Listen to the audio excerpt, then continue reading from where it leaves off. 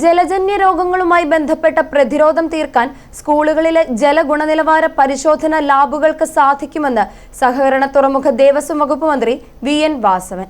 Haritha Keralam mission Kerala പുനർനിർമ്മാണ പദ്ധതിയുടെ സഹായത്തോടെ ജില്ലയിലെ ഹയർ സെക്കൻഡറി സ്കൂളുകളിൽ സ്ഥാപിക്കുന്ന ജലഗുണനിലവാര പരിശോധന ലാബിന്റെ ജില്ലാതല ഉദ്ഘാടനം Kumarakom government vocational higher secondary സ്കൂളിൽ നിർവഹിച്ചുകൊണ്ട് പ്രസംഗിക്കുകയായിരുന്നു മന്ത്രി. ജില്ലയിലെ സ്കൂളുകളിൽ അധിക സൗകര്യങ്ങൾ ഏർപ്പെടുത്തിക്കൊണ്ടും കുട്ടികൾക്കും അധ്യാപകർക്കും മതിയായ പരിശീലനം നൽകിക്കൊണ്ടുമാണ് പദ്ധതി നടപ്പാക്കുന്നതെന്നും മന്ത്രി പറഞ്ഞു. സംസ്ഥാനത്തൊട്ടാകെ ഇന്ന് ഓർഗനൈസ് ചെയ്ത് മുന്നോട്ട് വരികയാണ്. അതിൻ്റെ കോട്ടയം ജില്ലയിലെ ജില്ലാതല ഉദ്ഘാടനമാണ് കുമരകം ഹയർ സെക്കൻഡറി സ്കൂളിൽ വെച്ച് ഇപ്പോൾ നടക്കുന്നത്. നിങ്ങളുടെ നാമത്തിലാണ് നമ്മുടെ ജില്ലയിലെ ആദ്യത്തെ പരിശോധന നടത്തുക.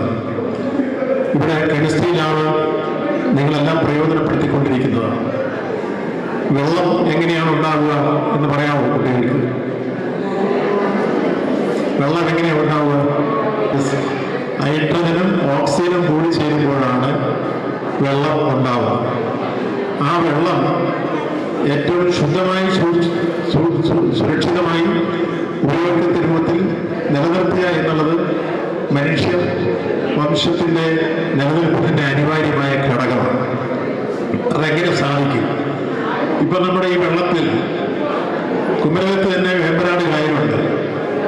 ആ വെള്ളം പരിശോധിക്കുമ്പോൾ ആ വെള്ളത്തിലെ കോളിഫോം ബാക്ടീരിയയുടെ അളവ് 2000-ന് മുകളിലാണെന്നാണ് പറയുന്നത്.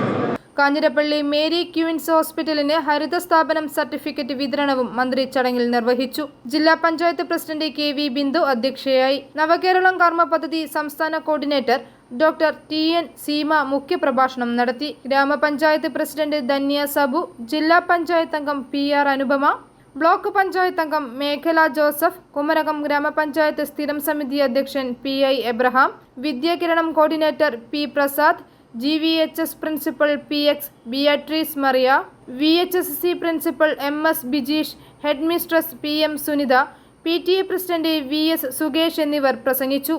i4U news, Ettumanoor.